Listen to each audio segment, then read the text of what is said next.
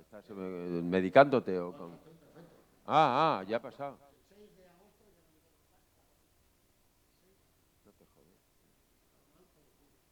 No. Hola. Hola, muy buenas tardes y bienvenidos a este segundo encuentro que sabéis que mantenemos con personalidades que nos hablan de su relación con el cine como espectadores, que nos hablan de su cinefilia. Ayer tuvimos el placer de contar con una pareja estupenda, Alex de la Iglesia y Javier Gurruchaga. Y cuando Alex de la Iglesia me preguntó, ¿y mañana a quién tenéis? Y le dije, pues tenemos a José Luis García y a Pepe Sacristán. Y dijo, hombre, dos leyendas, que yo creo que es una manera bastante afinada de definir la importancia de las dos figuras que nos acompañan esta tarde. Son dos personas que llevan pues, muchísimos años en primera línea. Hace 40 años, el año 78, cuando se estrenó Solos en la madrugada, Pepe Sacristán y José Luis García se consolidaron como una pareja fundamental del cine de la transición. Ellos habían estado en la tercera vía como guionista y como actor, y con asignatura pendiente y Solos en la madrugada pues marcaron una época en la historia del cine español. Bueno, pues 40 años después siguen trabajando y siguen con una actividad extraordinaria. Pero ya sabéis bien que los dos, aparte de ser dos grandes figuras del cine, en el caso de Pepe Sacristán, además de una leyenda, es que el American Film Institute en una encuesta reciente lo elegía como uno de los mejores actores del mundo, nada menos. Y en el caso de José Luis García, pues aparte de ser el cerebro y escritor de la tercera vía y de películas como las que he nombrado, fue el primer director de cine español que con una película española ganaba un Oscar de Hollywood, al que fue luego candidato varias veces y que tiene películas tan extraordinarias como El abuelo o You Are the One. Bueno, pues sabéis que son dos como yonkis del cine. Y en el caso además de José Luis, aparte de ser un yonki del cine, es una especie de apóstol de la cinefilia, ¿no? Porque gracias a él yo creo que ha habido muchos españoles o muchos millones de españoles que han descubierto películas y que han aprendido mucho de los coloquios que ha hecho en televisión alrededor de, fundamentalmente, del cine clásico. Casi yo no me imagino dos personas más adecuadas, casi para encontrarse además como individuos y como pareja, para encontrarse aquí en este ciclo donde se trata de celebrar la afición al cine, de celebrar la cinefilia. Así que vamos a recibir como se merecen a estas dos leyendas, Pepe Sacristán y José Luis García. Muy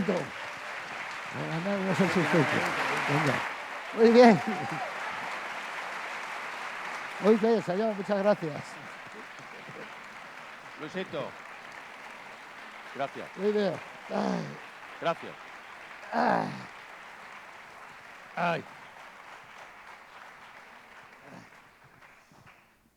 Bueno, es un auténtico placer teneros aquí para hablar de algo que os gusta tanto como el cine, que os ha marcado tanto la vida desde vuestra infancia y de lo que entre vosotros habéis hablado tanto, porque sois muy amigos desde hace muchísimos años y sé, y a la mínima ocasión, ahora mismo, ahí estabais hablando de las películas últimas que habéis visto, que habéis descubierto, pero se trata de que, bueno, pues la gente que está aquí, que supongo que son cinéfilos y que os siguen, que os, por vez primera seguramente os escuchen hablar juntos en un sitio público alrededor de vuestra cinefilia, me parece que es todo un lujo. Y si queréis, pues vamos a comenzar, como siempre empezamos por el principio, ¿no? Porque me parece muy revelador el comienzo de una pasión que os ha hecho y os sigue haciendo tan felices como es el cine. Me gustaría que entre los dos recrearais o evocarais el comienzo de esa pasión. ¿Cómo comienza esta maravillosa droga que para vosotros ha sido y sigue siendo el cine? Bueno, yo creo que para Pepe y para mí ha sido una especie de vida casi paralela, porque tuvimos una patria en común, que fue la Gran Vía de Madrid, donde estaban todos los cines. Él lo ha contado muchas veces, cuando salía de su taller en la calle Ponzano, subía y se detenía ante cada una de las salas cinematográficas y ante cada uno de aquellos carteles y las carteleras. Yo entonces estudiaba inglés en Mangold, con los resultados conocidos de mi inglés, y también recorría todo aquello hasta que me metí en los Villares Callao. Creo que alguna vez tuvimos que coincidir y cruzarnos ante el Rialto, ante el Lope de Vega o ante cualquiera de ellos.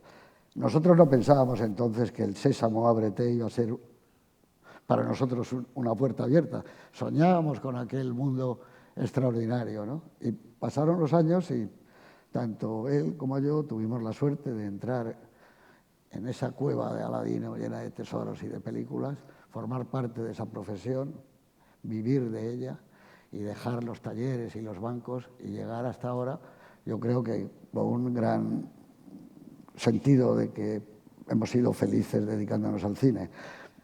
Entonces no existía la cinefilia, éramos aficionados al cine, aunque quizá habría que matizar y éramos como cinemaníacos, habría que buscar una nueva palabra, filmaníacos o cinemaníacos, pero en cualquier caso en esa época no existía la cinefilia, lo que existía era la pasión desbordada por las películas, incluso más que por el cine, por las películas.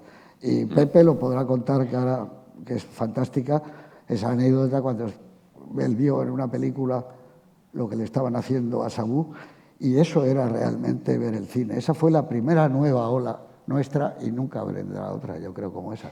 Cuéntale lo de la tortura de Sabú que estabas tú viendo, ¿qué te pasó? No era Sabú, era Turhan Bey. Turhan Bey, estaba Sabú al lado. Ahí estaban. Sí, no,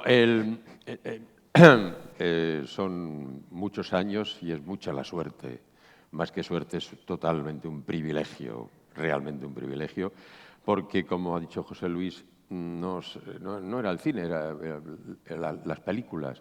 Pero que la película no importaba que fuese buena o mala, fue un acontecimiento el que yo viví en el cine de mi pueblo, cuando se apagaron las luces y se iluminó aquello, que no es que a mí me creciese entonces la vocación de actor, no, yo viví aquello como debieron vivirlo los pastores cuando se les apareció la Virgen de Fátima o las de Lourdes, ¿no? Era un prodigio, era un milagro lo que pasaba cuando se iluminaba esa pantalla, y después ha seguido sucediendo, y debo decir que hasta ayer mismo la sensación, la felicidad inmensa que me produce el seguir, mucho más que como profesional, el seguir asistiendo a lo que es la historia contada en imágenes en movimiento, ¿no? Es un privilegio. Lo de cinéfilo y lo de aficionados al cine es algo que viene muchísimo después, cuando ya sabes quién es Fritz Lang y quién es Van Stroheim y todos estos, ¿no? En principio es el contemplar cómo unos seres humanos viven unas peripecias donde ocurre la posibilidad de que, ¿por qué no?, pueda sucederte a ti, ¿no? En definitiva, lo que a mí me pasaba con el cine era una idea de poder prolongar mis juegos infantiles en aquellas peripecias y aventuras que yo veía en las películas. Y aunque se me pueda tachar de retrasado o el intento de vuelta al útero, como quiera que sea, yo sigo participando de todo eso a través de mi condición de actor. La base fundamental, e incluso el principio moral por el que yo me sigo después de 60 años dedicando a esto, es lo que tiene de juego. El juego de hacer creer al otro que soy el que no soy, como a mí me ocurrió con Turhan Bey cuando le torturaban en las 1001 noches, y como le torturaban a ese señor, y yo sufrí mucho viéndolo, me desmayé. Me desmayé viendo cómo torturaban a Turhan Bey. Entonces yo no he pretendido nunca que el espectador llegue a esos extremos, pero sí me importa y muchísimo, la base fundamental es que se crea que soy el que no soy y que algo le pase, que se ría, que llore, que se inquiete. A partir de ahí yo ya completo, doy por resuelto y ultimado mi relación con este oficio al que yo me dedico, que es recuperar permanentemente, o intentarlo al menos, el crío que fui y poder disfrutar de las mismas vivencias, de las mismas sensaciones, claro, que yo disfruté y sigo disfrutando contemplando las peripecias que ocurren en un producto llamado película, que antes se manufacturaba en un soporte llamado celuloide, y ya va usted a saber en qué coño se hace ahora eso. Porque ahora yo cuando voy a... Ahora tengo la suerte de seguir trabajando, haciendo películas, y cuando cambian el chasis viene un tío con una caja cerillas, la mete en un sitio y se va como si no pasara nada. Insisto, si tenemos en cuenta además que José Luis y yo asomamos las narices a esto en una España bastante chunga, ¿no?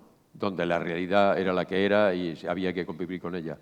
Y hemos tenido la posibilidad de asomarnos al balcón de la pantalla iluminada. Y seguimos en esto.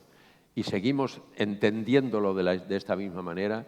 Luego, qué duda cabe, hay unas diferencias entre unas películas y otras.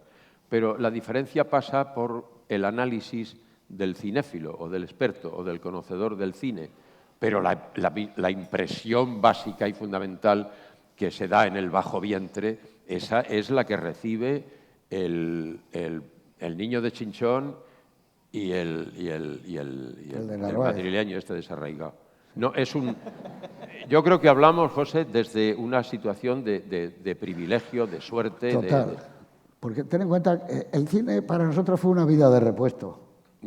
Entonces, cuando tú dices eso, era una religión para nosotros sin saberlo. Creer o no creer lo que sale del proyector. Y creíamos todo. Esta historia tuya es cierta. Yo viví una parecida en el cine Ibiza. Una película que se llamaba Revuelta en Tahití, que trabajaba Dale Robertson. Bueno, pues hay un momento... Que mira que era malo Dale Robertson, sí, sí. Qué malo era el cabrón. Y Anne Francis, creo que era ella. ¿Quién era? Muy embarazada. Anne Francis. Esa está, es una rubita que estaba muy bien. Y había un momento al final de la película que disparaban, era lo de la revolución, librarse de los franceses, y había cañonazos, pero también desde alta mar tiraban los barcos, bueno, un ruido infernal, y delante de mí había dos chicos mayores. Eso es muy bueno. No habían hecho la mili todavía, me debían tener cerca de 20 años, y en medio del fragón, bum, bum, bum, le dijo uno a otro: cúbreme que voy a mear. Y se levantó así, como para que no le dieran los proyectiles. Eso es vivir la película. Eso era el cine nuestro. Sí, había otra anécdota, una que se llamaba, que trabajaba mi amigo Manolito Zarzo, por cierto, Sangre en Indochina, en el cine, en el Infantas, que ahora es un supermercado. Que llegó a ser la Filmoteca. Sangre en Indochina. Entonces había unas escenas donde salían unas nativas, en un plano muy general, y había dos muchachos y le dice uno: Manolo, las tetas. Dice que le he visto las tetas. Y sigue pasando la película. Y el otro decía: no salen. Dice: no, si no van a salir, como que eran las tetas. Y el tío: claro, sí. La cosa del cine, ¿no? Qué maravilla. Hablabas, Pepe, de las primeras impresiones, y me gustaría que nos recordarais las primeras impresiones, aparte de estas que estáis citando, inolvidables y que se os han quedado ya para toda la vida en vuestra memoria. O sea, la primera vez que os sentisteis completamente deslumbrados con una película que os hizo pensar que eso que era el cine os iba a hacer felices, o con un director o con una actriz. Esos primeros impactos que yo creo que son muy reveladores seguramente de nuestra relación con el cine, ¿no? Yo creo que el primer gran deslumbramiento que yo tuve, eso que llaman los cursis epifanía, fue con el Technicolor. Aquel Technicolor que eran 3 bandas y eran unos colores muy saturados, pero a nosotros nos parecían maravillosos. Entonces el cine en color no lo hacían más que películas como Fantasías Orientales, Esther Williams y pocas cosas, porque el cine bélico, el cine social, la comedia, Cary, eso era blanco y negro. Entonces en aquellas películas yo veía que había una luz distinta en el gallinero y en el patio de butacas de los cines. Era como una luz de futuro, como algo que se iba a acercar irremediablemente y que iluminaba y alegraba a aquellas personas que estaban viendo aquellas películas. Creo que el Technicolor, como decíamos nosotros, una en color y otra en blanco y negro, que eran los programas dobles luego, fue algo muy, muy, muy importante para darnos una especie de pequeña, muy pequeña, pero esperanza al fin y al cabo. La reina entonces del Technicolor era María Montez, que era una actriz dominicana de ascendencia española, decían, y que, bueno, trabajaba en esas películas, La Mil y una noche, que ha citado antes Pepe, siempre era una chica como morena, muy guapa, en sus mejores momentos como actriz, que no era muy grande, recordaba a Anne Baxter en 5 tumbas al Cairo, por ejemplo. Y yo recuerdo uno de los impactos, para contestar a lo que tú dices, más grandes que he recibido en mi vida fue el último, no sé, el último domingo, quizás del verano o el penúltimo, del año 51. Yo estaba en Torrelodones, mi familia había alquilado 2 habitaciones con derecho a cocina en una pequeña casa en Torrelodones, en la estación, muy cerca de en la colonia, que se llamaba entonces. Y entonces en el parte dieron la noticia de que María Montes había muerto en el baño, que estaba tomando un baño de agua caliente y se le había parado el corazón. Por lo visto murió boca abajo con los brazos extendidos en la bañera. Ella, cada película que hacía, parecía como que engordaba un par de kilos, tenía un problema de sobrepeso, que diríamos ahora. Entonces tenía un régimen muy severo, por lo visto. Y entonces murió. Y yo nunca olvidaré que el que hablara en aquella Radio Nacional de España en el parte era alguien como un amigo, porque habló de esa mujer y de lo que significaba, y del cine, y de la pérdida de su marido. Su marido era Jean-Pierre Aumont, un actor francés, héroe de guerra, héroe de la Segunda Guerra Mundial. La última vez que le vimos fue en la película de Truffaut, la Noche Americana. Bueno, y habló con tanto cariño que yo dije, joder, yo no estoy equivocado, a mí lo que me gusta es esto. Y fue una impresión brutal. Y cuando vi a otras reinas del Technicolor, como Maureen O'Hara y su cabellera de fuego, o Yvonne de Carlo, que fue otra reina del Technicolor, que tenía esos labios como frutas de la pasión tan maravillosos, no fue lo mismo. Yo ahora cierro los ojos y veo a María Montes como coloreada por Andy Warhol, como si fuera Marilyn, en esos cuadros tan bonitos que ha hecho. Porque a mí me parece que fue una especie de llamarada, de alegría, y era el Technicolor. Yo recuerdo películas como Las zapatillas rojas, que me causaron un impacto enorme, aquellos rojos tremendos, una cantidad de amarillos increíbles, amarillo, por ejemplo, como La habitación de Van Gogh, amarillo Envidia, amarillo Taxi de Nueva York.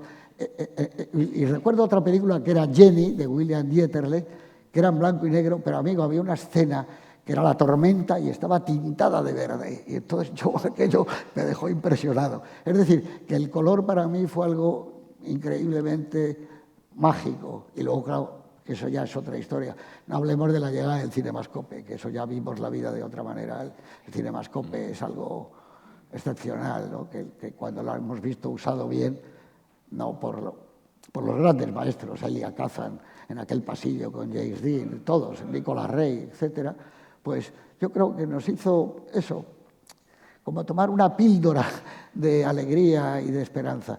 Yo tuve ese impacto con María Montes y no lo he olvidado nunca. Y bueno, y para mí pues esa era la reina de las fantasías orientales, de todas aquellas películas. Como decía la gente de mi barrio también, aquella película, Sudán, decían Sudán.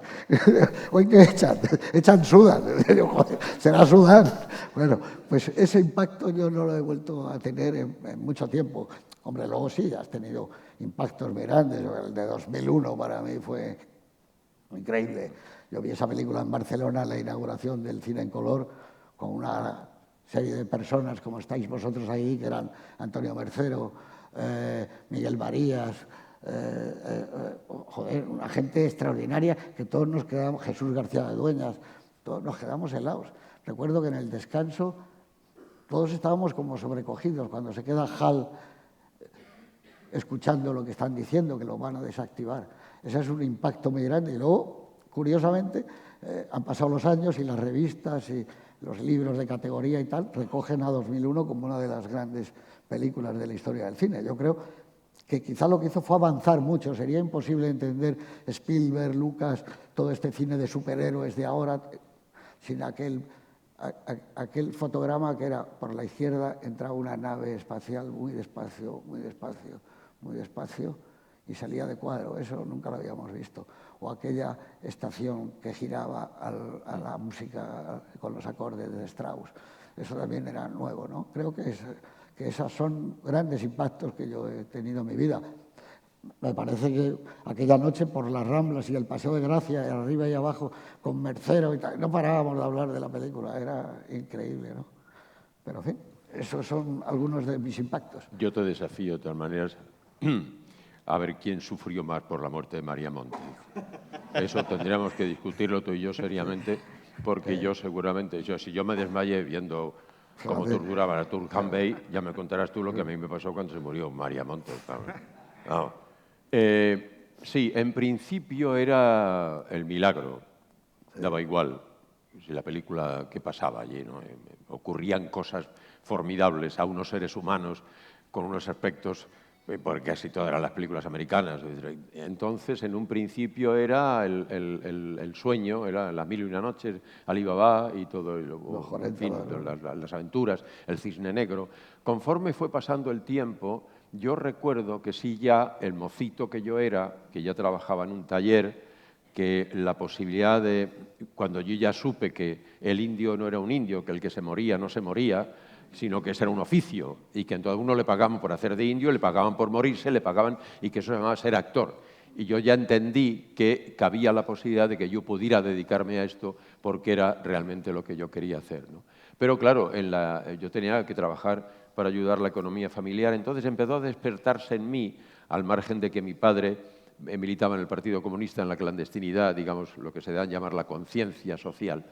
Empecé a relacionar el cine con una peripecia argumental que tuviera que ver con la defensa, entre comillas, porque entonces en las películas de contenido político no eran muy viables en la España de Franco, ¿no? Pero sí recuerdo el impacto de películas como Muerte de un ciclista, por ejemplo, cómicos de Juan Antonio Bardem, o las películas de Luis, y una de Juan Antonio Nieves Conde, Surcos, que porque era la imagen de nosotros viniendo de Chinchón a Madrid, todo aquello. Entonces empecé ya a tener una relación de fascinación y al mismo tiempo entender que en el cine se contaban unas cosas que tenían que ver con mi propia realidad y que entonces yo por supuesto quería seguir siendo el mosquetero, pero también podía perfectamente poner un mono y ser o poner la boina en la cabeza y ser el labrador que llega a la capital a ganarse la vida, ¿no? El cine seguía siendo esa ventana abierta a la ilusión, a los sueños y por supuesto, lo del Technicolor. Nunca, lo he dicho al principio, nunca el capítulo de la fascinación, de la iluminación, ha desplazado a los otros aspectos a partir de los... En fin, sigo viendo el cine, ¿no? O contemplo las películas desde otros aspectos, otras latitudes, pero siempre sigue prevaleciendo el milagro, la fascinación. Te quería preguntar, yo que he conocido a tu padre, Venancio, que a veces parecía sacado de Surcos, tu padre en algunos momentos. No, la llegada a Madrid de Surcos era la llegada nuestra, con las gallinas, con las cestas. ¿Qué cara puso tu padre cuando su hijo le dijo, yo es que quiero ser Tyrone Power, Tyrone Power? ¿Qué te dijo tu padre? Eso ya lo he contado otras veces. Pero tu padre no sabía quién era Tyrone Power. Mi padre, tengo una memoria, el recuerdo de la figura de mi padre es... Porque fue un contrincante magnífico, ¿no? El adversario mejor que yo pude tener. El hombre represaliado que pierde la guerra, en fin, entonces le sale un hijo imbécil, pero un retrasado mental que en la España de los años 40... Él lo que quiere es eso, quería ser Tyrone Power.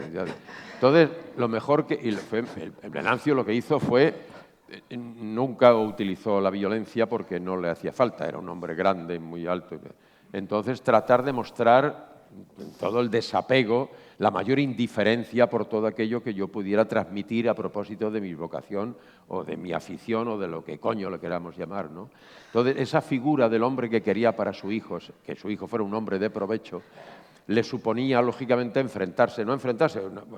mostrar indiferencia por todo aquello, porque era lo que él tenía que hacer como buen padre. Que dice que yo como hijo, afortunadamente siempre lo he entendido así, que lo mejor que podía hacer por mí mi padre en aquel tiempo era tratar de descabalgarme, apartarme de toda aquella cosa estúpida de querer ser actor. Esto no tiene sentido. Pero pasaron los años y bueno, el estreno de Asignatura Pendiente. Fuimos al estreno de Asignatura Pendiente. Pero, aunque lo he contado ya otras veces, es que mi padre era un hombre del campo y cuando salió de la cárcel lo desterraron, no pudo volver al campo. Entonces, la habitación con derecho a cocina, en fin, la ruina para un hombre de 30 años. Arar, sembrar, eso era su vida y no pudo volver a hacerlo, ¿no? Entonces, pasados los años, muchos años, ya había hecho Asignatura Pendiente, ya habíamos hecho Solos en la Madrugada, cuando un día en mi pueblo, en Chinchón, cuando hay una buena cosecha de ajos, o entonces en aquellos tiempos era así, cuando había una buena cosecha de ajos salvabas el año. O sea, si tú vendías bien los ajos, el año se había salvado. Entonces, un día, a mí todavía recordarlo me pone los pelos de punta, sobre todo teniendo en cuenta la figura del Venancio, que era un gigante, que era la hostia. Un día mi padre, para interesarse por mi trayectoria profesional, no me preguntó cuántas películas has hecho ni cuánto te pagan, no sé qué, sino me dijo, ¿cómo has vendido los ajos este año? Fue la demostración de que mi padre ya entendía que esto de hacer películas no era menos digno que sembrar la tierra y recoger sus frutos, ¿no? Es toda una peripecia, la verdad es esa, sí. Y aquí seguimos. Aquí seguimos. En el caso de Pepe, que parece evidente que sus padres no tenían ninguna afición al cine en especial. En tu caso, José Luis, tu entorno, ¿tus padres No, mis padres animaron o...? no les gustaba. A mi madre era más lectora de novelas de amores, Puello. Ella, antes de que Vargas Llosa y todos estos dijeran que la escritora aquella de Gijón merecía cualquier premio, a ella le gustaba mucho ya. Y Carlos de Santander y María Luisa Filias de Becker. Yo también las veía, las de Puello, ¿no? Pero mi padre era como más... A mi madre le gustaban las películas. A mi padre, ladrón de bicicletas, más bien los films, ¿no? Aunque no era una gran pasión. Íbamos siempre, todas las semanas, por supuesto, estábamos en el cine. Pero no había antecedentes. Lo único, una abuela mía, Obdulia, que era la madre... ¿Obdulia? Sí, la madre de mi madre. La madre de mi padre se llama Obdulia. Pues fíjate, un punto más. Obdulia. Y no lo hemos contado hasta Nunca, ahora. hasta hoy. Me cago en la leche. Hasta en Málaga ha tenido que ser. ¡Viva Obdulia! La madre de mi padre se llamaba Obdulia. Por eso me gustaba a mí tanto el futbolista ese de Obdulio Varela, joder. Sí. Claro. Pero entonces, a ella sí, ella iba todos los días al cine, mi abuela. Me acuerdo, vi con ella el primer reestreno preferente que se llamaba De la túnica sagrada. Fíjate lo que era aquello, en el Monumental. Calla, calla. La primera película en Cinemascope. ¿no? Claro, pero yo no sé, no me imagino lo que tuvo que ser visto eso en el Palacio de la Música, que era el cine por excelencia, porque yo recuerdo que cuando yo fui después al gallinero del Palacio de la Música a ver los 10 mandamientos, aquello no era el gallinero, era el verdadero paraíso. Además había mucha gente, siempre los de arriba, que decían, se ve mejor aquí que abajo. Pues no te has dado cuenta, siempre lo decían. Eso nunca fallaba uno que decía, se ve mejor aquí que en Butaca. Yo estuve un mes ahorrando para poder ir arriba, por supuesto, claro, en el Palacio de la Música, joder, y yo recuerdo que no se acababa nunca de abrir la cortina. ¿Te acuerdas cómo era eso? Nunca, o sea, pero y más, y más, y más, y más. Y no solamente era eso, había romanos por aquí y otros romanos por acá. Era aquello que fue muy gracioso porque además el invento del cinemascope, claro, en un principio, como que todos los avances técnicos, lo contaba muy bien Stanley Donen en la parodia de Encantando bajo la lluvia del advenimiento del sonoro, porque en el escope al principio se trataba de llenar de romanos la pantalla, aquella como fuera, ¿no? Pero era un acontecimiento. ¿Tú te acuerdas que además venía acompañado del sonido estereofónico Perspecta? Perspecta. Bueno, y era lo que joder, aquí. Y entonces, cuando llega un momento de esa película que dice, ¿y quién es ese? Y dice algo así como, Judas, y hay un relámpago y un trueno, todo aquel cine, que el Monumental era muy grande, ahí ensayaba y daba conciertos la Orquesta Nacional, o sea, estamos hablando de 2000 y pico localidades. Aquello se vino abajo. Yo nunca he sido de los aristarcos que se metieron con el Scope diciendo es ideal para firmar un perrito caliente, el Cinemascope. No, yo vi que aquello era algo realmente importante, sobre todo para las películas de amores, como diría mi madre, porque mantenían en el mismo plano a ella y a él. Y eso lo hemos visto luego en Macarey y mucha gente. Y hace poco estuve yo en el Museo del Prado viendo a Lorenzo Lotto y descubrí que este tipo en el Cinquecento ya hacía cuadros en Cinemascope, rompió con la verticalidad del retrato y entonces hace retratos en Scope que parecen sacados de Un extraño en mi vida o de Tú y yo. Y te das cuenta de que el Scope es como que tiene más aire, como que es... Yo me arrepiento de no haber hecho más películas, solo he hecho 3. Respira mejor la película con el Scope, mucho más. Eso lo vio muy bien, por ejemplo, Nicolas Rey en Rebelde sin causa, que es una película que respira. Que además... Y Preminger ha utilizado muy bien el Scope. Sí, bueno, y Kazan al este del Edén, digo, de películas un tanto... En el pasillo del este del Edén, donde está él tumbado viendo a su madre, que es Jo Van Fleet, que es prostituta. Él hizo una profundidad... Preminger lo ha utilizado muy bien el Scope. Pero que es precioso, porque es un formato magnífico. Tenemos 2 ojos y lo ves perfectamente. Pero claro, cuando llega la túnica sagrada no piensas en eso. Lo que estás es que estás como un gato en una fábrica de sifones. Claro. No, han hablado por ahí, no, que es aquí, es este. ¿Te acuerdas? Todo el mundo... Joder, es una cosa impresionante. El final de aquella película cuando era... Hombre, era la chica esta maravillosa. Sí, Simmons. Claro, y él, fíjate, Richard Barton. Cuando van al final, por eso que los van a matar, ¿te acuerdas? Qué bonito era aquello, ¿eh? Oh. Era preciosa. Y era una película muy bien filmada, esa película. Henry Koster. Joder, pero Henry Koster, que era uno de los que tuvo que salir huyendo del nazismo también. Alemán, sí, sí. Y muy buena persona. He leído yo hace poco que cuando llegó a Hollywood y empezó a trabajar, vio que el Hans Kraley, que era el guionista de 18 películas de Lubitsch, el que había escrito casi todo el cine mudo, por no decirlo todo, cuando tuvo la bronca con Lubitsch, bueno, la bronca no, la mujer de Lubitsch se fue con Hans Kraley y entonces se produjo la separación y dejó de trabajar. Pues pasado un tiempo le dijo, oye, es que está arruinado, no trabaja, no hace nada. Henry Koster, yo le voy a dar una película para que escriba conmigo. Y Lubitsch dijo, no me vuelvas a mencionar a este nunca más.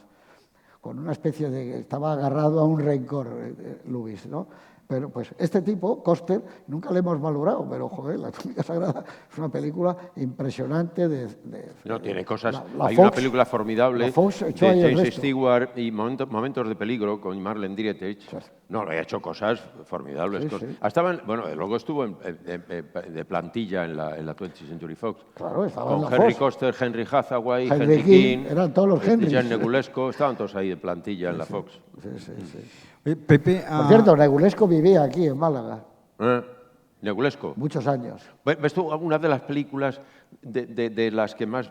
ahora, ¿qué recuerdas de Negulesco? Belinda, me acuerdo. Johnny Belinda con Jim Wyman y Lew Ayres y Charles Bickford. Y el malísimo Stephen McNally. ¿Te acuerdas, McNally? El Stephen McNally que va y se...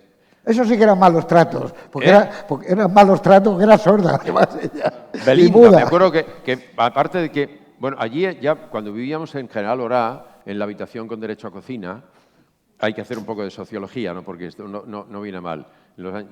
Sales de Chinchón y te metes a convivir 3 familias en un piso.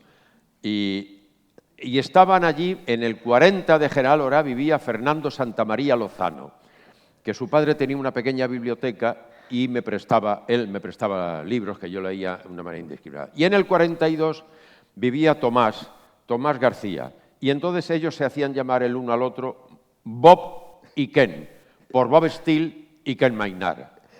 Pero que no los llamaras Fernando y claro. Tomás, que no contestaban. No entendían. Claro, eran Bob y Ken. Entonces, entre Bob y Ken, que eran un poco mayores que nosotros, ya organizamos una especie de club allí en General Orá, y ahorrando...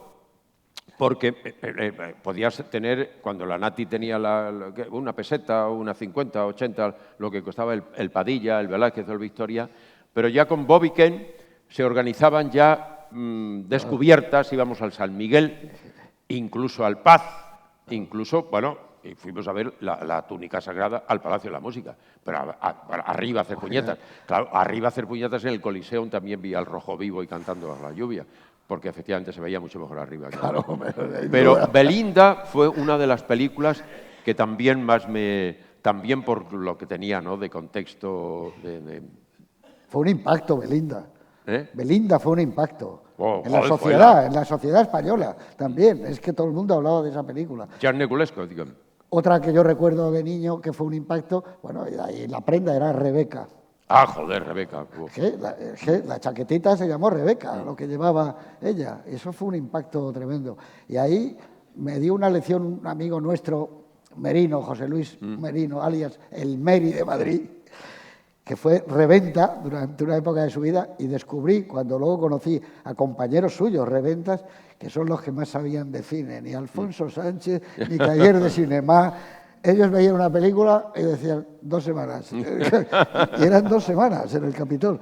Veían otra y dicen, esa está 2 meses. Porque ellos vivían de eso, de coger las que iban a funcionar, iban a ser éxitos. Y era asombroso. Pues Rebeca la vieron y dijeron, uff, ese Hitchcock, como lo dirían, ese es un fenómeno, porque esa va a estar aquí toda la vida. Yo creo que Rebeca, junto a Gilda y Belinda, posiblemente, y alguna más, fueron de los grandes éxitos del cine norteamericano en la España de la posguerra, ¿no? Sí, bueno, claro, es que Rebeca es la primera obra maestra de Hitchcock, yo creo.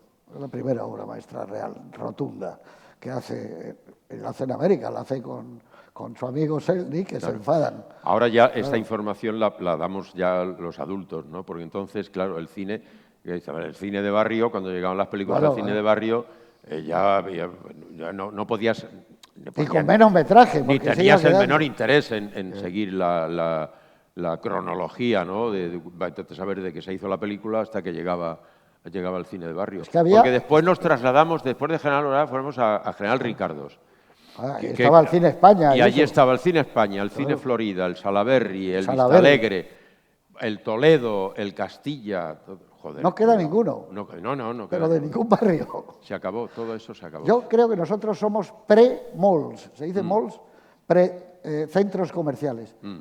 Ahora el cine está en los centros comerciales. Nosotros somos una generación previa a eso. Somos pre-malls, como yo creo que somos. Pero esto que tú estás diciendo, tú quejas y dices, Vallecas, no queda un cine. En el barrio de Salamanca no queda un cine. En donde yo estaba, Ibiza, Narváez, Seide Baranda, Tívoli, Alcántara, Argel, Benlliure, Salamanca, ninguno. Felipe II, ninguno. Claro, pero por otra parte es normal. Está en la tele, porque el cine está en la televisión. Oye, yo tengo un cine, me he hecho un cine en casa. Claro, en tu casa. El cine, tú tenías que vender entradas. Lamentarse de esto no es, esto es así, no hay... pasan los tiempos. Yo creo que volviendo a lo del privilegio y la suerte, ¿no?, es de poder seguir estando en la fábrica de sueños, seguir estando todavía oyendo motor, acción, corte, navalido, porque aunque el soporte sea uno u otro, digo, las variantes son de tipo mecánico, técnico, son accidentes, pero las constantes son las mismas. Esto de contar historias te mueve la misma pasión, la misma ilusión, el talento ya, vaya usted a saber si se tiene o no, el coraje es exactamente igual, y los pálpitos y las frustraciones y las alegrías son exactamente las mismas. Oye, Pepe, ¿cuál es la película dentro del género cine dentro del cine? ¿Cuál es la película de cine que más te ha gustado a ti, que se refleje el cine? Hombre, hay unas cuantas. Está La Noche Americana, está Cautivos del Mal.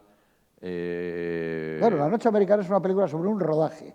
Sobre un rodaje. No digo el cine, hombre, yo estoy contigo. Bueno, ¿no? pero es el cine, ¿no? Sí, pero bueno, no solo el rodaje, es que la otra que has dicho tú... Cautivos del Mal. Yo creo que esa es la mejor que se ha hecho nunca, la de Minelli, porque eso no solo es el rodaje, eso es... Sí, no, es de todo el mundo del cine. Ahí hay una frase que dice aquel director alemán, cuando le echa... Sí, el alemán. Cuando le echa Kirk Douglas, el protagonista, y le dice, lo más importante para un director de cine es que sea humilde.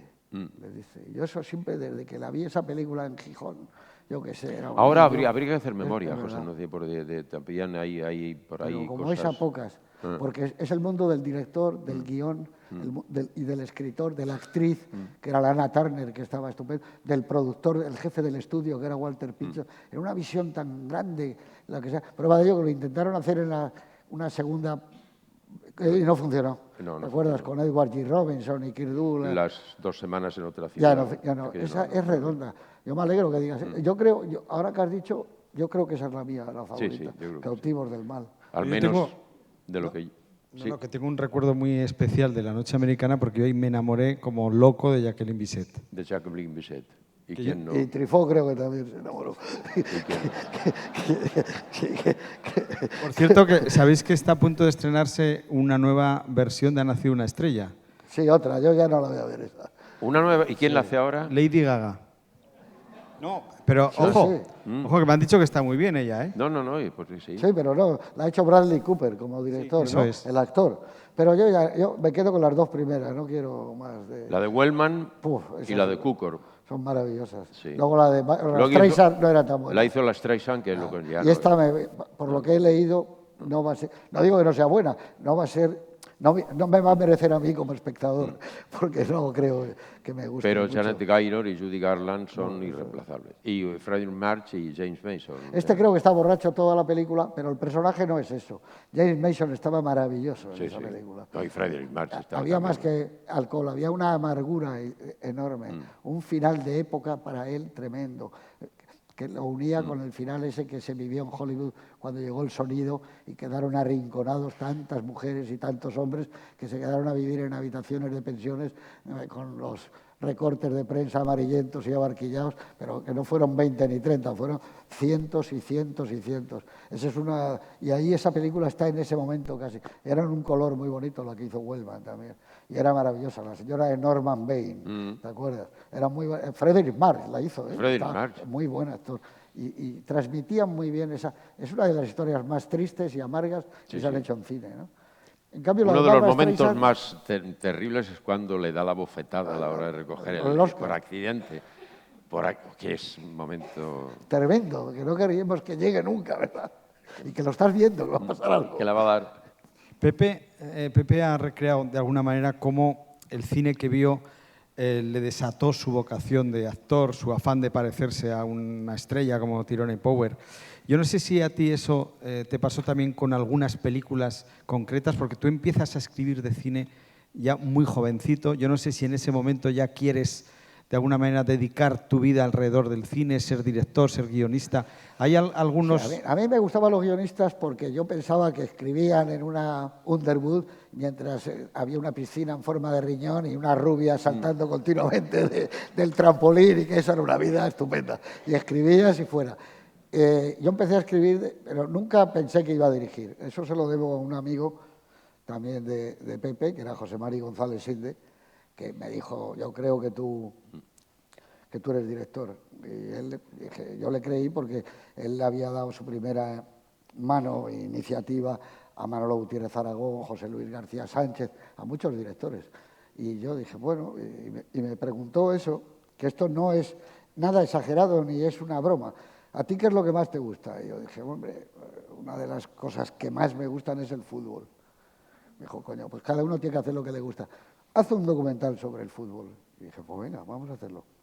Hice un documental sobre el fútbol que se llamaba Al Fútbol, que era lo que decían antes las camionetas, al fútbol, a Diego de León, a Antón Martín, a Tocha, nos vamos, esas cosas.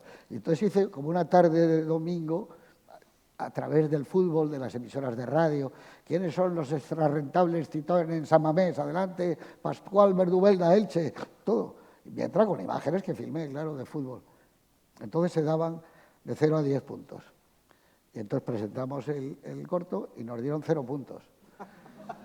Era en color y no vibraba la cámara, igual de malo o de bueno que todos los que se hacían entonces. Y yo le dije así, de joder, tienes un ojo. Coño, no puede ser, vamos a hacer una instancia a otro que luego fue gran amigo nuestro, a Marciano de la Fuente, que era el subdirector general de cine. Explicamos todo tal, y entonces nos llamó, como hablaba él, que siempre decía Charol y tal, hombre, pero hombre, ¿qué? Hombre, no entendíamos nada. ¿Pero qué queréis? Pero, no, ¿qué queremos? Que esto es un desastre, que 0 puntos. Digo, hombre, ¿y con lo que os habéis llevado? ¿De dónde? De toda la publicidad que sale por la radio, dije, pero ¿qué nos vamos a llevar? Porque decían cualquier cosa de un coche, en este momento un avión de Aerolíneas Argentinas está cruzando el cielo. Creía que nos habían dado algo.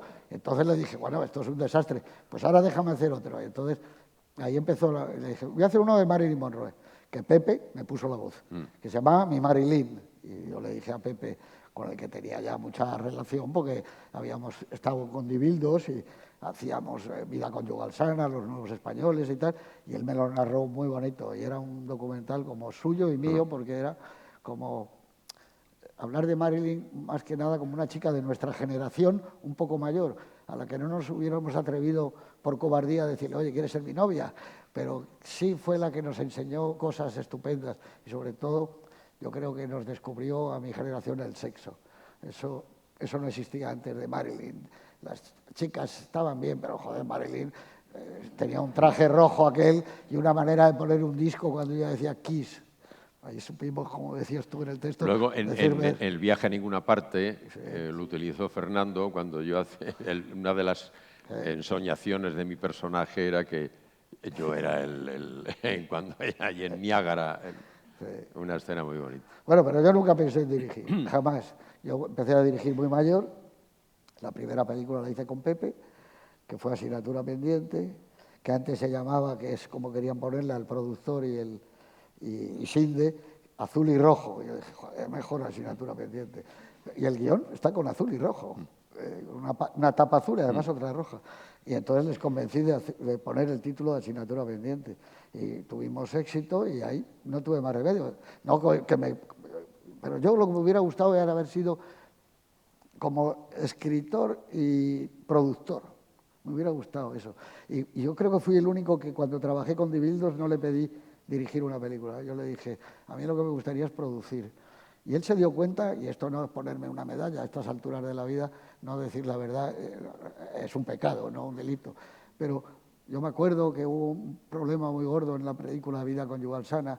Les echaban de un sitio que era una casa de maletas y luego tenían que rodar en un sitio por la noche y no les dejaban. Entonces yo les dije, si cambiamos el plan de producción y rodamos por la noche, pagáis la cena, pero entonces al día siguiente ya hemos hecho la jornada de tarde y noche. Yo cambio el guión y en vez de que entran a fichar, les tienen hasta por la noche y tal. Y bueno, y él dijo, pues eso está muy bien.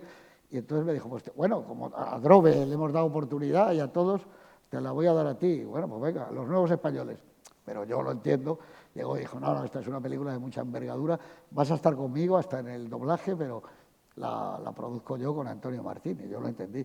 Luego era más difícil que te dieran una chance para producir que para dirigir. Y entonces nada, después de eso con Sinde hicimos, y ya encauzó mi carrera que nunca hubiera pensado. Porque yo pensaba que para dirigir había que haber estudiado bien las matemáticas y cosas de esas, trigonometría y quebrados, porque te hablaban, joder, que te quedabas helado, ¿no? Porque la composición, el punto de vista, el raccord, el cambio, y yo decía, joder, eso para mí es la vida, y luego te enteras que no es así, que no es nada de eso. Que además si tienes alguna preocupación con el raccord, está la script que te la has saltado. Incluso los que son más pretenciosos dicen, no me importa, y luego lo quitan en montaje. Pero yo pensaba que dirigir era distinto. Y lo hablé con mi amigo Alfonso Sánchez. Y me dijo, no te preocupes. Eso o se aprende en una semana o no se aprende nunca. Y eso me dijo. Y entonces nada, ahí empezó. Hombre, yo me apoyé en gente conocida, como era Pepe, como era Fiorella Faltoyano, joder, Tafur, eran amigos míos. Y entonces no solo estaban haciendo una película, Pepe estaba poniendo algo más que su interpretación. Estaba metido de cabeza. Yo recuerdo que el primer protagonista que yo creo que hizo Pepe fue Vida Conyugal Sana, y se lo escribí yo, porque yo le dije a Dibildos y a Bodegas, Sacristán es el que tiene que hacer esto, de verdad, ¿eh? Y ahí está Bodegas todavía para ratificarlo, dije. Y fuimos a verle, donde este cuenta una mentira enorme, fuimos a verle... Una mentira, ahora la cuento, Sí, la versión mía la cuento yo. Una mentira tremenda, fuimos a verle al teatro que estaba haciendo la balada de los 4 inocentes. 3 inocentes. De los 3 inocentes, que estaba estupendo, por cierto, pero estupendo. Y al salir... Él dice que yo le dije, hola, soy García y voy a ganar un Oscar. ¿Cómo te voy a decir yo eso? Es que fue lo que me dijo. Así me presenté yo. Teatro Fígaro. Roberto Bodegas me dice, Dibildos ha fichado a un tipo que estaba ahí en el Banco Ibérico, para Un desgraciado, guionista. desgraciado. Es un tío que sabe de cine, le gusta el cine, la hostia. Vamos a ver la función y luego vamos a cenar juntos. Y acabé la función, una balada de los 3 inocentes de Pedro Barrio Herrero, Y a la salida se me presentó, me llamo José Luis García y voy a ganar un Oscar. Fue lo primero que me dijo. Cuando gané el Oscar fue Pepe. A ver, estuviste en la radio, ¿te acuerdas? Sí, claro. Y lo decía, pero no es verdad. No sabía yo eso, ni siquiera que pudiera ocurrir. Pero bueno, quiero decir que fue para mí una ayuda muy grande Pepe en esa película primera, porque estaba Ahí nos más reunimos, que ¿te acuerdas? entregado. Yo estaba rodando Vamos a ensayar estaba rodando a Burgos. en Santander hasta que el matrimonio nos separe de José Luis Dibildos, con también un reparto. Y los domingos nos veíamos en Burgos. Los sábados. Los sábados. O sea, vosotros veníais de Madrid a Burgos, Burgos y y él yo de bajaba a Santander a Burgos. Burgos, y ahí cambiando impresiones y Ensayábamos, dándole vueltas a ensayar a la asignatura Esto pendiente. corta esto. La asignatura pendiente. Todo, sí. Que, por cierto, ese año, que fue el año 76 del siglo pasado, el año 76 del siglo pasado... No, del milenio pasado. ¿Eh? Del milenio pasado. Del milenio pasado. Claro. Yo recuerdo que hice, que fueron 6, 7 películas de protagonista. No sé, me acuerdo. Yo, antes... Hiciste una con Carmen Sevilla. Ese año. Beatriz, de la primera, con Gonzalo Suárez. Beatriz, ellas los prefieren un poco locas, con Mariano Ozores, otras 2 con Gonzalo, Parranda y Reina Zanahoria y Parranda. Me acuerdo que el Parranda terminamos, yo rodé un plano, había un coche esperándome, hay pelo en la cámara, no hay que repetir, no sé qué, no sé cuánto, no hay pelo, un coche que me llevó el último plano de Parranda pero explica ahora que a Santander a rodar hasta que el matrimonio... Explica eso ahora que has dicho, que ahora es como una cajita de cerillas, lo que suponía decir hay pelo en la cámara. Joder, Explícalo, explícalo que era eso. Pues repetir todo. Todo. Y el laboratorio... Pero era todo un equipo de 40 personas, metías a Salvita o a uno de estos y miraban, hay pelo. Joder, hay pelo.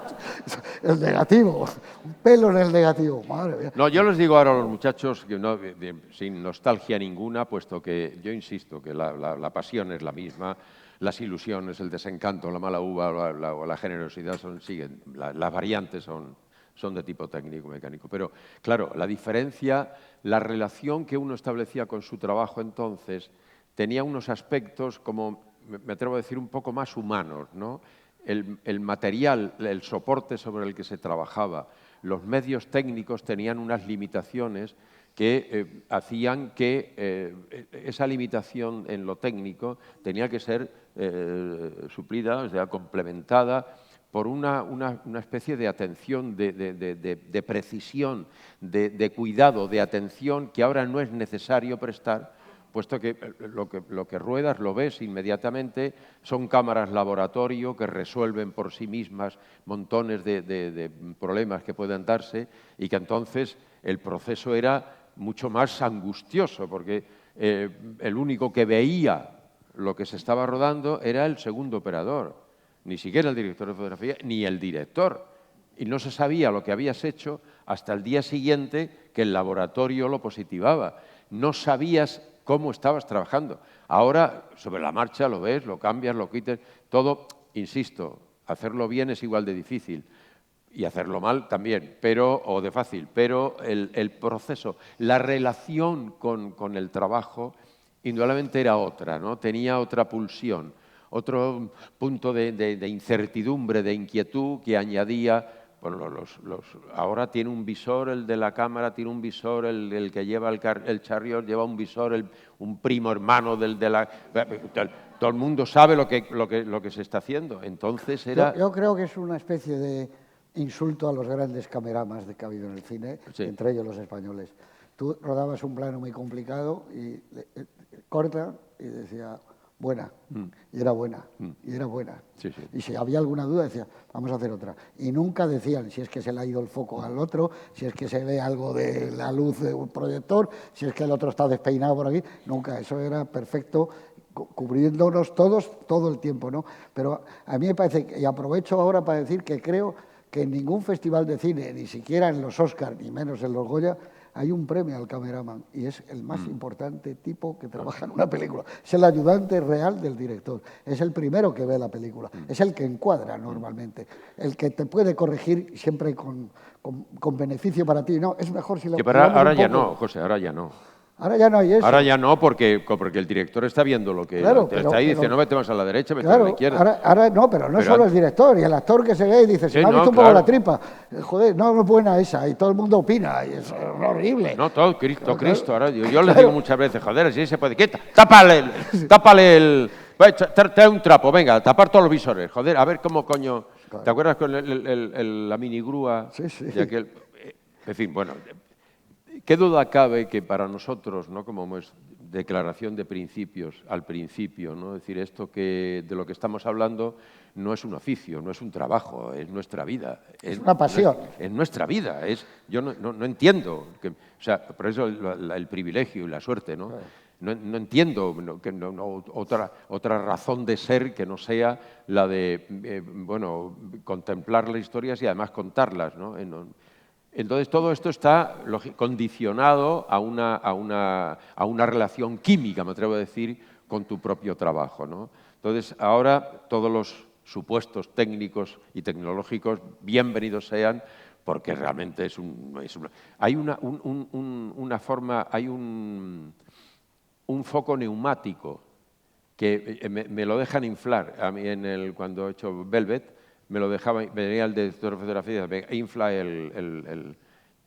se mete en una de aire el foco y entonces el aire produce. Joder. Es como la luna que se ilumina. Entonces todo esto, poder seguir participando de esta forma de contar las historias es la leche. Pero qué duda cabe, bueno, y nosotros lo hemos conocido, cuando nosotros ya irrumpimos en esto, yo en el año 65 hago mi primera película como actor, pero fíjate cuando ves ahora Murnau y Pabst y todo esto. Tú fíjate lo que era, por ejemplo, la fotografía del tercer hombre. ¿Cómo es esa fotografía? Es impresionante. Y los muelles de Nueva York de von Stenberg, von y lo Stenberg, que es, claro. bueno, y eso, Amanecer o Metrópolis. Es que pintaban ¿no? con la luz. Joder, es que es el asombro, ¿no? de aquella forma de y ahí están las películas, ¿eh? Ojo, ahí están las películas. Yo creo que esas películas forman parte de algo irrepetible.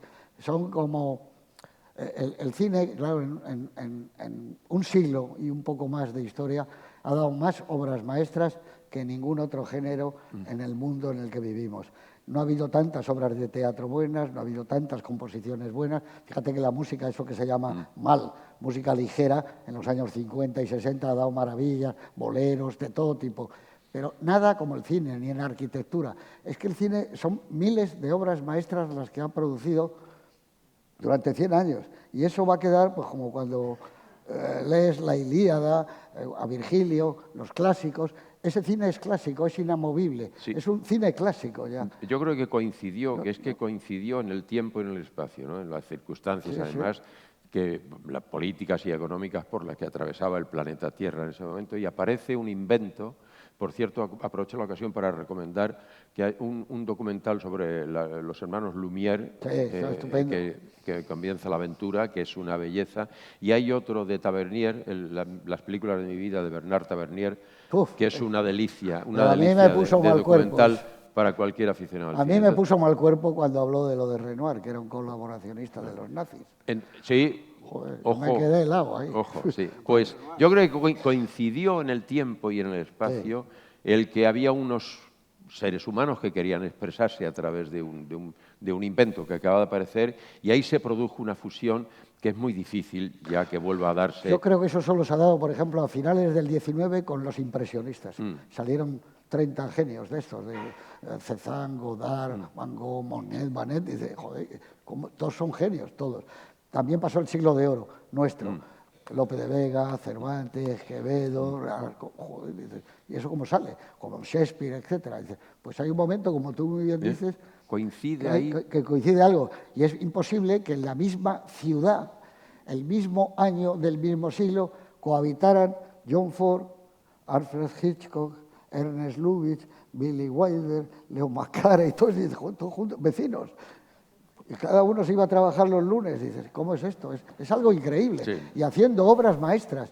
Y luego vino como una especie de desencanto, hubo un cambio social, la gente ya no necesitaba el cine como primera necesidad. Y bueno, llegó la televisión, que era un cine más en pequeñito, y desapareció una manera de hacer cine que eran los estudios. Yo, de las 18 películas Pero que la he hecho, generación de la tele son una gente, era una sí, la sí, hostia. pero hablo de la desaparición de una manera de hacer cine. Yo creo que, por ejemplo, a mí me gusta el estudio. Yo de las 18, 16 en decorado.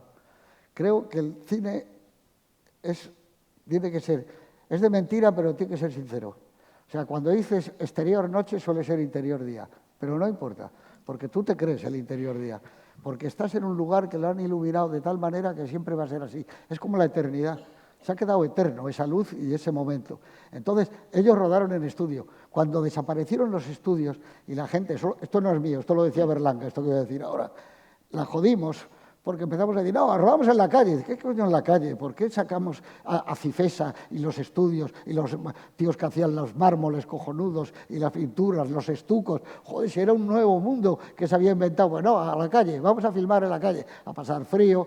Y decía Luis, y tenía razón, cuando tú llamas a un actor y le dices, pum, pum, señor Sacristán, al set cuando usted quiera, ese tío dice, estoy haciendo una película. Si está en la calle con unas castañas, el aire, Pepe, que rueda, joder, es otra cosa, coño. Es verdad. Y entonces, claro, desaparece una manera de vivir, de existir, hay un cambio social muy grande y ahora el cine está en la tele, si nadie dice nada. Yo creo que además el buen cine se hace en la serie. No, yo me refería a la generación que vino después de estos. Bueno, esos son Frankenheimer y Sidney Lumet, Pollack, esos hacen cine. Esos hacen cine. Lumet, joder, hay una... Esos hacen cine. No, yo no me refiero a esa televisión televisión maravillosa. Yo me refiero a que hay un paso gigante, hay una televisión de autor ya. Igual que existió el cine de autor, hay una televisión de autor. Eso empieza con Lynch, sí, cuando hace aquella que tuvo tanto éxito. Twin Peaks. Twin Peaks es una serie que no tiene nada que ver con lo que se hacía entonces. Los chicos jóvenes en las habitaciones y charlaban y eso, en las taquillas esas que abrían en los high school. No, esa es una película llena de misterio, pero no por saber quién mata a Laura Palmer, sino cómo son esos adolescentes. Joder, ese pueblo de Twin Peaks, ahí hay algo muy raro, ahí hay un mundo extraño. Y que eso sea un éxito es que había un público que estaba esperando eso. A partir de ahí es una nueva televisión, y yo creo que todas las series que hay ahora es donde está realmente el cine, de verdad.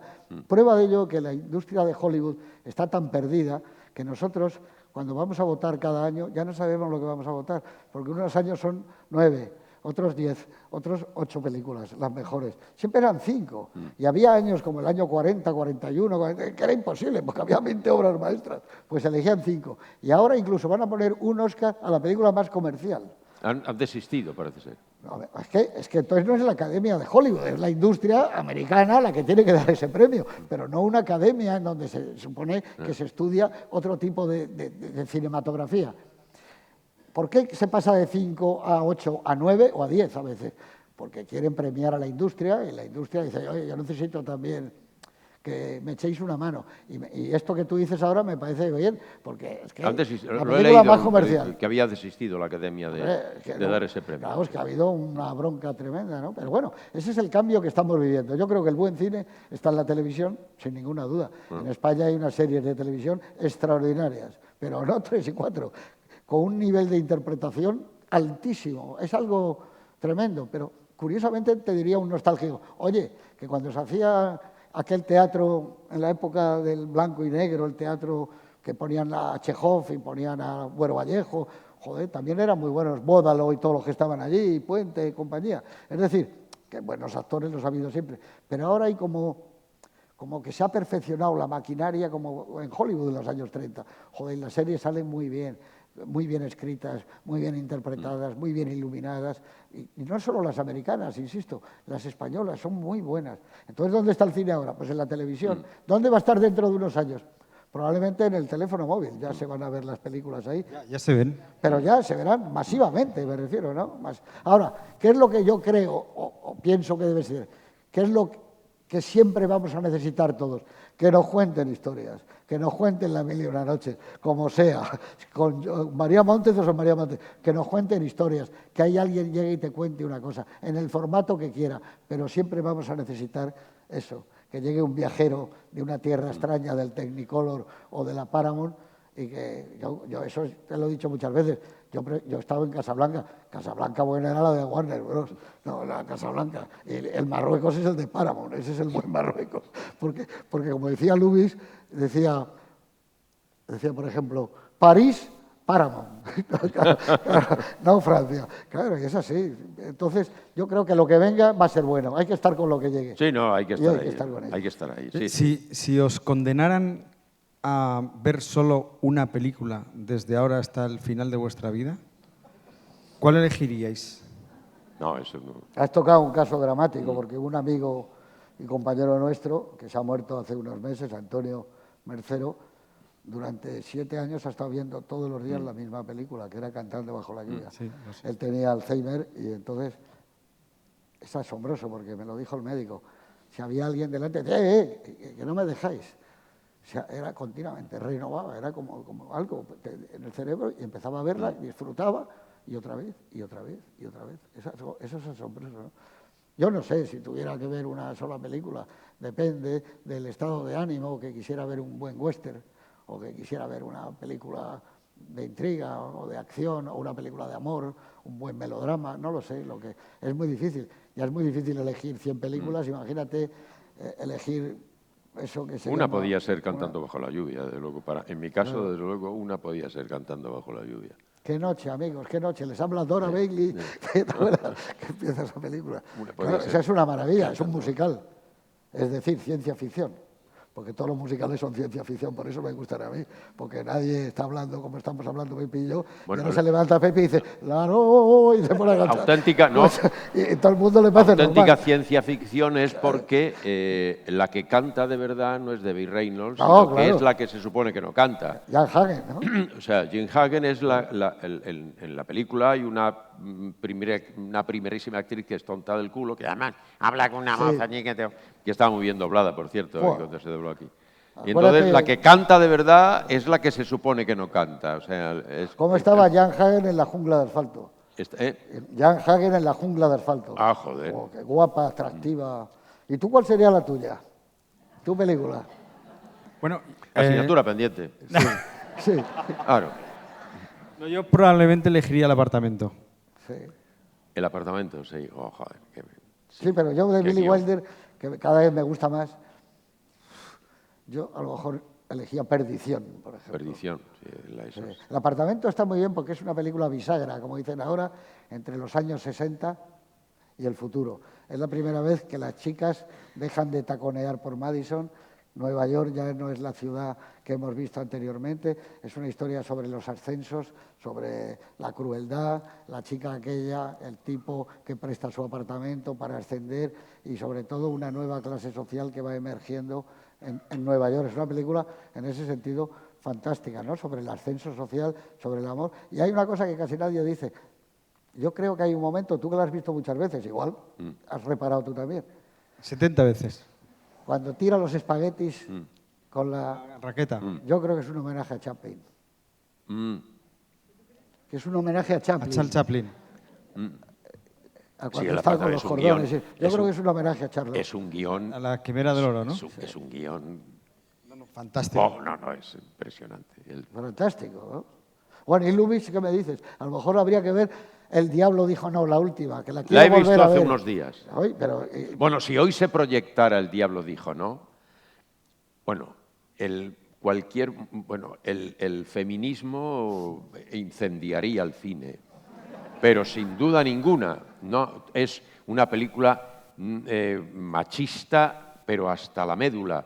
Pero, claro, es otro aspecto también de una manera de relacionarse con el cine o con la obra en general. Ahora estas susceptibilidades a mí me parece que en ocasiones son verdaderamente enfermizas. ¿Qué crees porque que El diablo dijo no es una película, es una obra maestra. Ahora claro, realmente es una mirada sobre las relaciones hombre-mujer donde...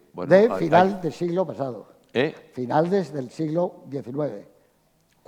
Bueno, no sé. ¿Cómo es la chica maravillosa Jean Tierney? Bueno, joder. Oye, ¿qué crees que nos diría a nosotros Leigh Kregar? Esperen ustedes ahí tomando copas y ahora decido si los mando para abajo o para arriba. Qué bonito es ese arranque. No. Y el final de él, la chica esa joven, cuando Sí, empieza a sí, sonar el la vals. enfermita. Yo tengo la sensación de que Lewis rodaba escuchando en su cabeza valses de Strauss.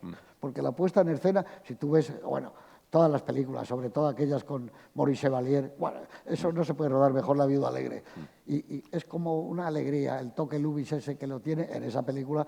Yo es que la he pedido ahora, pero no la he encontrado más que subtitulada en inglés. ¿Tú la tienes subtitulada en español? Sí.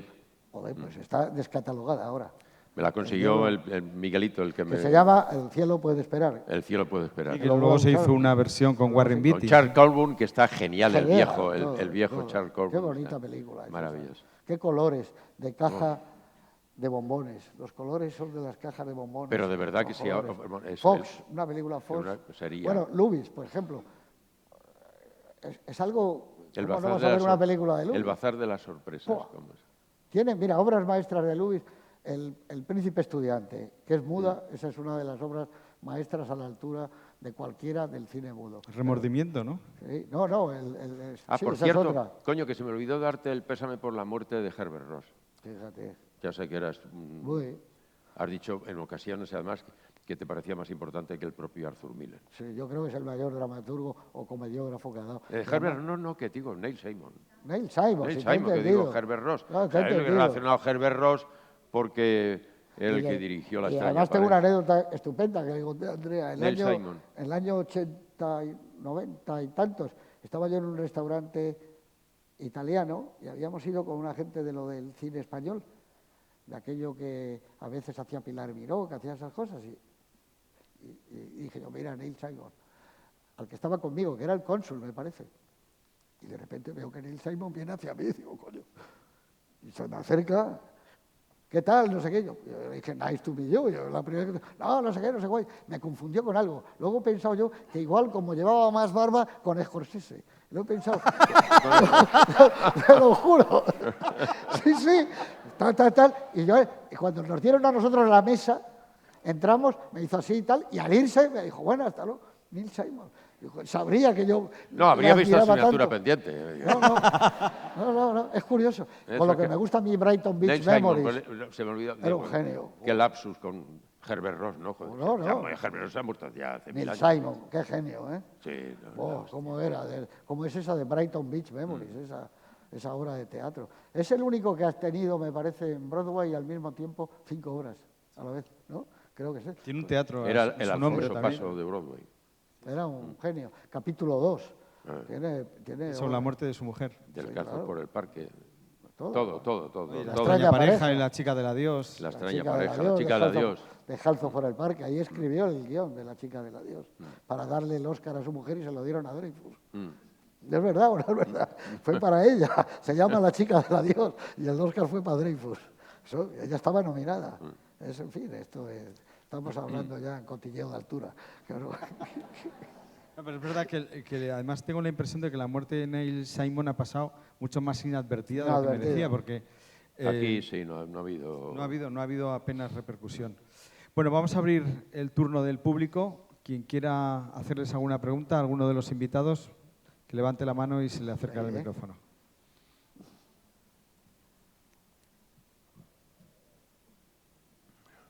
Ahí.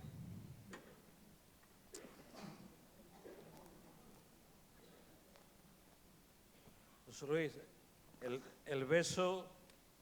¿Dónde está? Ahí. Vale. No importa. El beso de Clark Gable en Gone with the Wind. ¿Era verdad? Hombre, sí, supongo que sí, claro. Lo que no era, vamos a ver, yo creo que se besa ahora, gracias al cine, como se besa. Antes la gente no se besaba así, yo creo que en el siglo XIX no se besaban así. El amor lo ha modificado también el cine. Entonces, empezaron con unos besos como más bien castos, se daban en los labios y tal, luego ya empezaron a ser besos más comprometidos, ahora imagínate. Pero la vida copió en ese caso al cine. La gente empezó a usos amorosos según el cine, yo creo que había que hablarlo. El amor, los besos, todo eso lo ha copiado la vida del cine. Y claro, acuérdate que cuando Cargable se le vio con camiseta, se acabaron las camisetas en Estados Unidos. Todo el mundo quiso lo mismo de aquello, ¿no? Y Clark Gable, en esa escena, yo creo que sí, que es evidente que ves a Vivian Leigh, ¿no?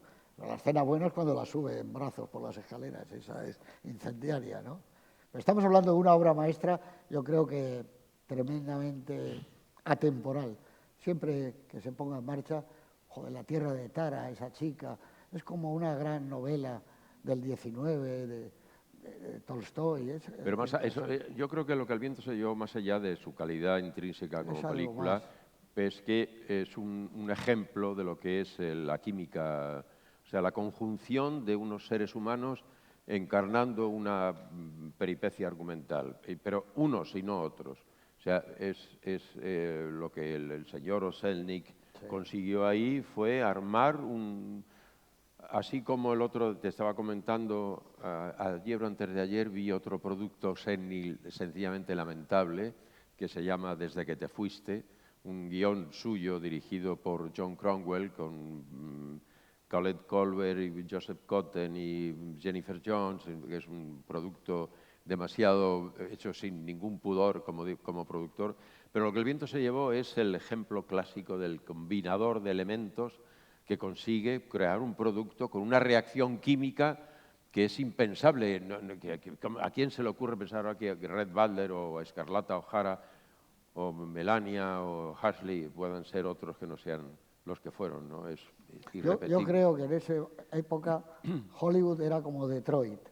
De la misma manera que salían coches, Cadillacs, de todo tipo, de marcas, Corvette, todo, era perfecta. En la fábrica de Detroit salían todos los coches cada año, miles y miles.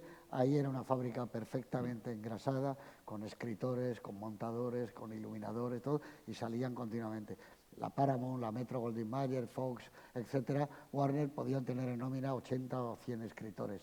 Pero de los mejores, o sea, no, los que habían demostrado que tenían éxito.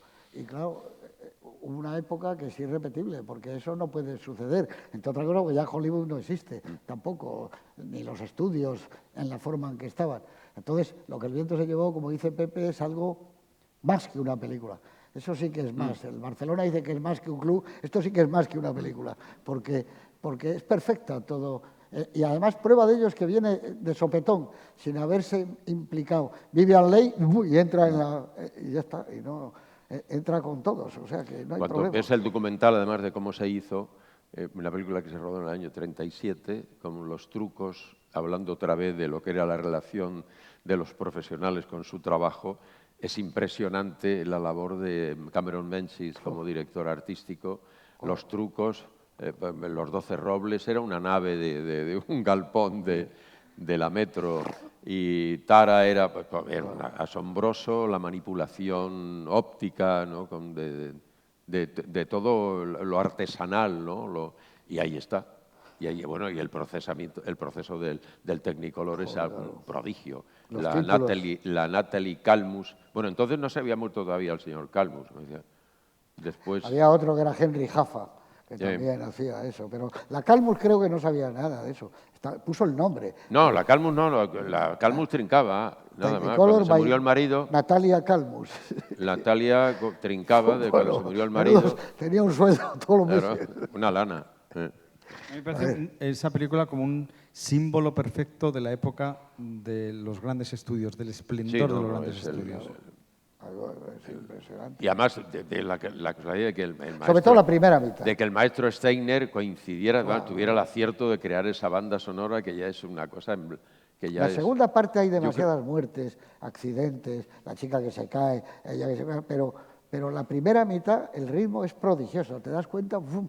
Y ha pasado el incendio de Atlanta, todo, es una maravilla. Y ese final, que no sé, con aquella grúa que no existía, que la habían hecho para la película, cuando ella dice, juro que no volveré a pasar hambre en esta tierra de Tara, y la cámara se va alejando, el cielo rojo, ese Technicolor rojo, pero rojo tremendo, ¿no? De bote de Coca-Cola, es el rojo fantástico, eso es insuperable, igual que el plano que lo usan 2 veces. Para ellos era como la cabeza caliente que teníamos nosotros. Cuando la cámara aquella que empieza con aquel enfermo en la estación y acaba con la bandera, joder, ese plano. Y ahí en aquella ¿Ha sido buena? en aquella estación hay unos extras y muñecos. Muñecos, claro. Y muchos de los extras tenían un hilo para que un muñeco hiciera así con los brazos. Sí. Como Hay doloridos. una cosa muy personal que ya no sé si la he contado alguna vez, pero a propósito de, volviendo otra vez a lo de los pastorcillos de Lourdes o de Fátima, que somos Garci y yo, a propósito del hecho cinematográfico. Cuando ya pasan los años y empieza a aparecer el vídeo, los primeros VHS, aquellos.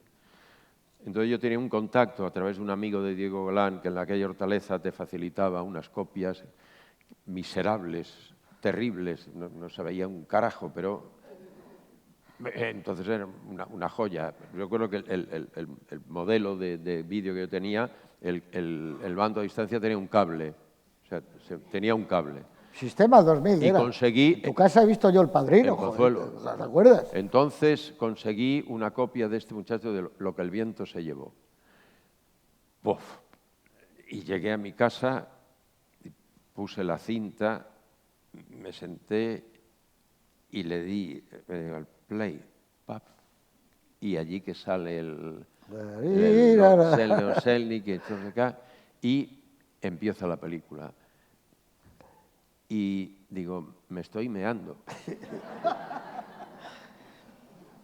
Me cago en la leche que me estoy meando. Y aquí, joder, que no...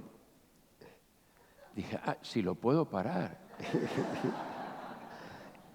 Dije yo, o sea, que lo puedo parar. Claro, yo vuelvo a insistir en lo del niño, ¿no? En el Padilla, en el Velázquez. Cuando tu madre te daba un dinero, había un agujero en una pared, que había una mujer allí que le dabas el dinero, te daba un papel, te dejaban entrar. Te dejaban entrar al sitio aquel, ¿no? Y se abrían unas cortinas y pasaba el milagro, ¿no? Entonces, yo estoy allí con esa ilusión, reducida al tamaño de la televisión, me estoy meando y noto esto. Digo, ¿qué hago? Esto... Y le di. Y Olivia de Havilland se quedó ahí. Y dije, la he matado. Pero, no, en serio, a partir de ese momento, claro, a partir de ese momento yo dije, esto se acabó ya el milagro. Claro, la relación que yo establezco ahora con el invento es totalmente distinta. Yo le digo ahora a Red Balder, te vas a cruzar Atlanta en llamas 5 veces porque me sale de los cojones. ¿Qué pasa? ¿Qué pasa? Entonces, esto ya no tiene nada que ver. O sea, la suerte para nosotros es que hemos vivido eso, el milagro. El milagro de que se abría la cortina y empezaban a pasar cosas. Pero terminaba, se cerraba el tiro y te echaban a la calle. ¿Y cuándo podías volver a entrar allí al templo? Amigo, eso... ¿Cuándo podías volver a entrar al templo? Ahora el templo, yo decía, en casa tengo un cine, una pantalla de 3 metros por 2, con las películas remasterizadas y todo una maravilla. Pero ese día que yo le di al botón y paré, y se quedó Olivia de Havilland así, dije, esto es un antes y un después. A partir de ahora ya esto... Pero afortunadamente sobrevivimos, ¿no? Y seguimos. Y ahora ya sé que no pasa nada, que le doy a la pausa y le vuelvo a dar, pero ya no es lo mismo. Pero eso me recuerda a una cosa que leí yo hace muchos años. Es muy bonito porque lo que tú has dicho de Billy Wilder. Billy Wilder ya retirado, diciendo que cuando él era un chaval que empezaba en Berlín con 20 y pocos años y que tuvo que meterse en una especie de burdel y allí le dieron una habitación con un baño de nada porque había otro baño más fuerte que daba con su pared. Y estaban todos los días las chicas y los días, bom, bom, bom, bom. Y joder, es que no podía dormir. Por las noches, sobre todo, bom, bom, la cadena, otra vez, el agua. Y en cambio ahora, dice, vivo maravillosamente, tengo una casa fenomenal. Y a veces digo, coño, lo que me gustaría oír a mí lo de la campana y estar allí. Claro, es verdad lo que tú dices. Ahora, tienes así a Olivia de Havilland, dices, pero es que lo otro era fantástico. Lo otro es que era una religión. Éramos feligreses, tú has dicho, los pastorcitos. No, Claro, no, en serio, yo me desmayé en el cine Padilla viendo Las Mil y Una Noches. Claro. Cuando en una rueda de tortura, Turhan Bey y le torturaban. Bien, es verdad que después, bueno, estáis hablando con uno que tiene un alma de portera que no se la merece, porque me diagnosticaron años después una cosa que se llama la habilidad emocional, que soy una maruja emocionalmente hablando. Cualquier alteración de las emociones me produce alteraciones de montones de cosas. De eso se aprovechan mis enemigos y me ponen... Pero lo cierto es que era... ahora no me desmayo, pero lo que sí es vivir con la misma pasión y la misma ilusión el hecho de ver películas. Es un lujo. Se nos ha hecho muy tarde, pero hay tiempo para una pregunta más. No hay tiempo para ninguna pregunta más. Joder, No me dice aquí tajante, Juan Luis. Me dicen que no hay tiempo, pero bueno, ya habéis comprobado que con José Luis García y Pepe Sacristán podríamos estar aquí años sin dejar de hablar de este tema. Ha sido de verdad un placer compartir esta charla con vosotros.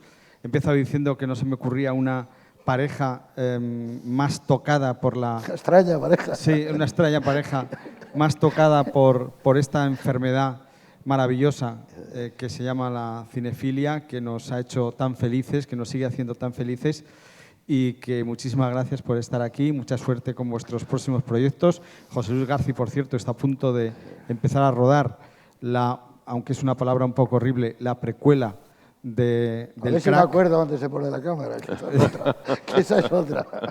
Y Pepe Sacristán, que está imparable y está con unos años de una, como siempre, por otro lado, de una actividad extraordinaria, pues dentro de un tiempo lo vamos a ver otra vez en el teatro con una obra de su amigo Miguel Delibes. Así que muchísimas gracias, de verdad. Gracias a ti, Luisito, como siempre. Gracias a ti. Gracias. Gracias. Gracias. Levantémonos, ¿no? Venga. Gracias.